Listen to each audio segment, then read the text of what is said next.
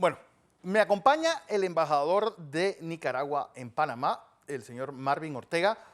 La situación en un país que tenía realmente números envidiables de recepción de turistas se había convertido en el primer destino turístico de América Central, un país con una seguridad también envidiable, pues en comparación con ese llamado Triángulo Norte, y de repente todo eso quedó hecho una quimera. Don Marvin, bienvenido. Muchas gracias por la oportunidad de estar con ustedes y frente a su audiencia. La verdad que eso es una de las cosas más curiosas, un país que se desarrollaba normalmente, donde no había ninguna sospecha de que algo pudiera acontecer. De día para la noche se armaron 23 centros de conflicto en 23 ciudades de 143 municipios que tiene el país. Wow. Y a pesar de que el gobierno derogó la ley que teóricamente había provocado el conflicto y llamó a los obispos para que mediaran el diálogo, la oposición se negó y prefirió armar grupos vandálicos que, digamos una cosa cierta, también entró gente normal, no necesariamente delincuentes, también entró gente al principio. Posteriormente se fueron dando cuenta de que aquellos grupos que controlaban los tranques eran delincuentes, que estaban armados y la gente se comenzó a retirar de los tranques. Durante 55 días el gobierno mantuvo a las fuerzas policiales encerradas en sus cuarteles sin salir.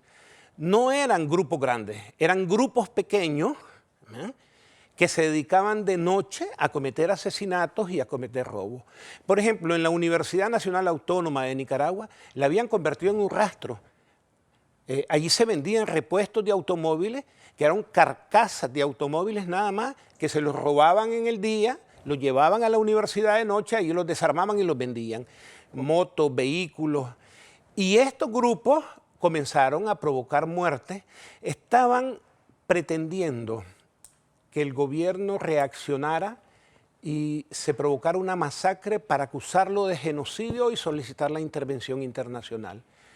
El gobierno actuó con prudencia, con responsabilidad, como han sido los últimos 10 años de gobierno en Nicaragua, y poco a poco la situación comenzó a ser controlada. La gente comenzó a ver que aquello no era lo que le estaban diciendo, que no había una demanda de democratización, que lo único que había era el interés de que Ortega se fuera. Esa era la única demanda clara. Eso lo presenta el propio arzobispo de Nicaragua. Algunos sectores de la Iglesia Católica decidieron unirse al intento de golpe.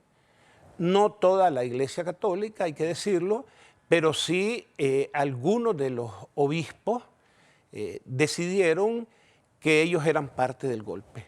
Eso, la Iglesia Católica, cuando yo era joven, controlaba el 90% de la feligresía del país. Es el 54, ¿no?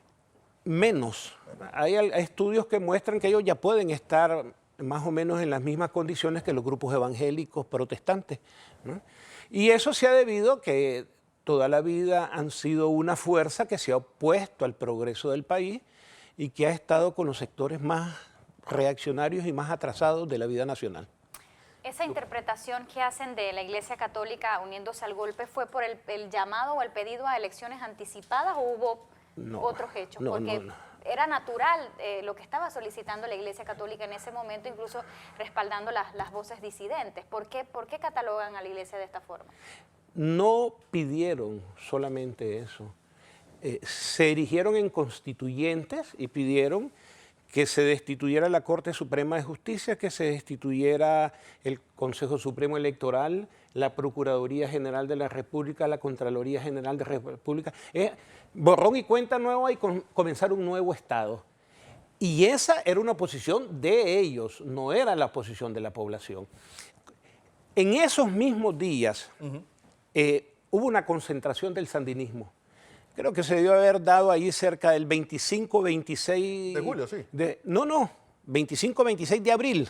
Ah. Sí, recién comenzando. Y el Miami Herald, no sospechoso de ser sandinista, dijo, bueno, ¿qué pasa aquí?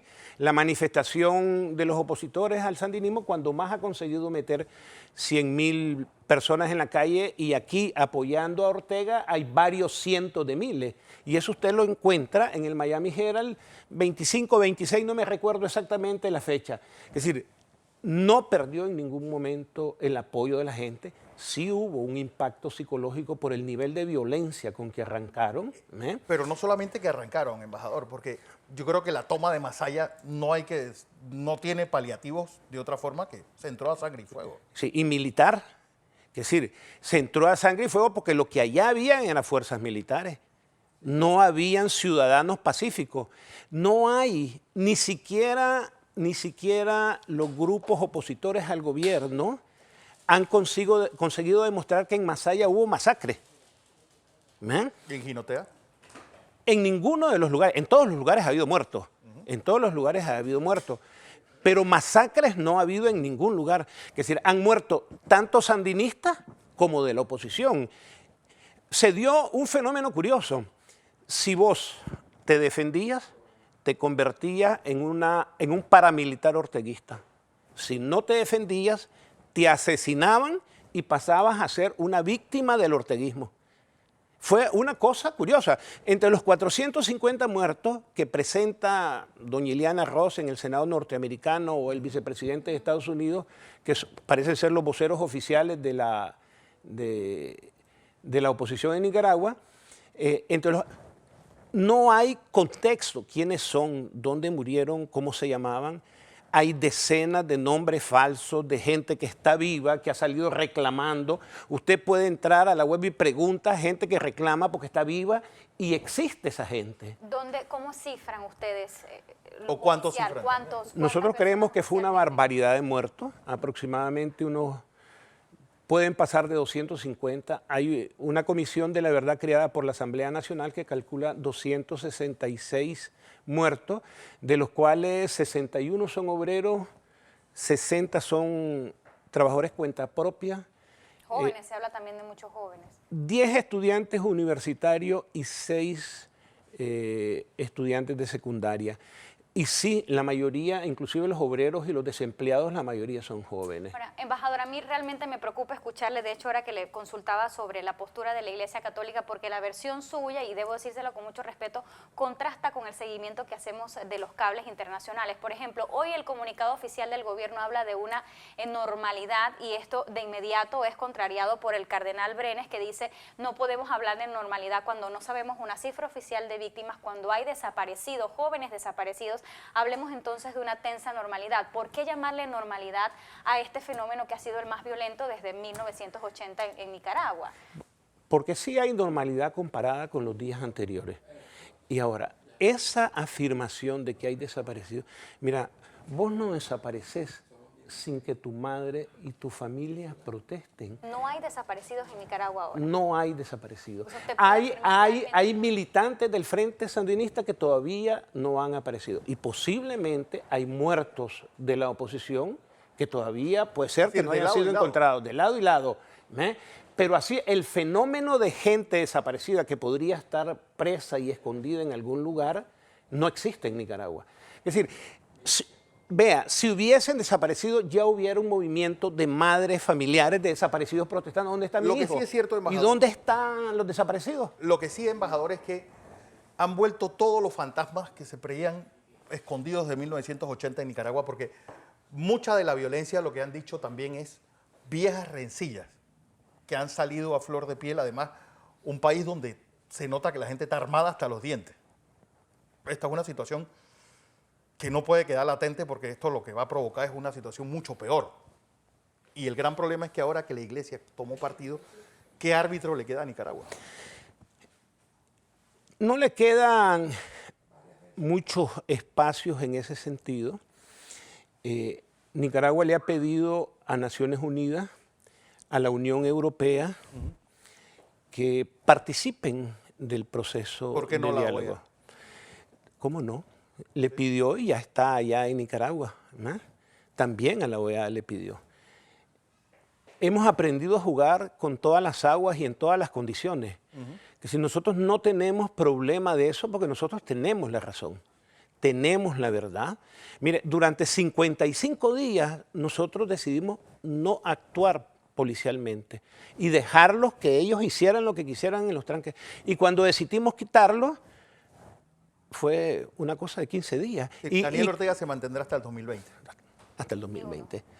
Hasta termine su periodo, que es en 2021. Las elecciones irán en 2020. 2020, sí. Embajador, lo otro es que, por ejemplo, Nicaragua tenía cifras tan envidiables que ahora mismo, y por primera vez, uno podía ir y el cajero automático te preguntaba si querías que te dieran dólares o córdobas. Uno pagaba en córdobas y también podía decirle en un supermercado, quiero mi vuelta en dólares. Es decir, hasta el taxista le podías pagar en dólares. Todo eso, todo ese avance macroeconómico que tuvo Nicaragua, ¿puede irse al traste? Puede irse al traste, pero vamos a recuperarnos. No somos fáciles de vencer.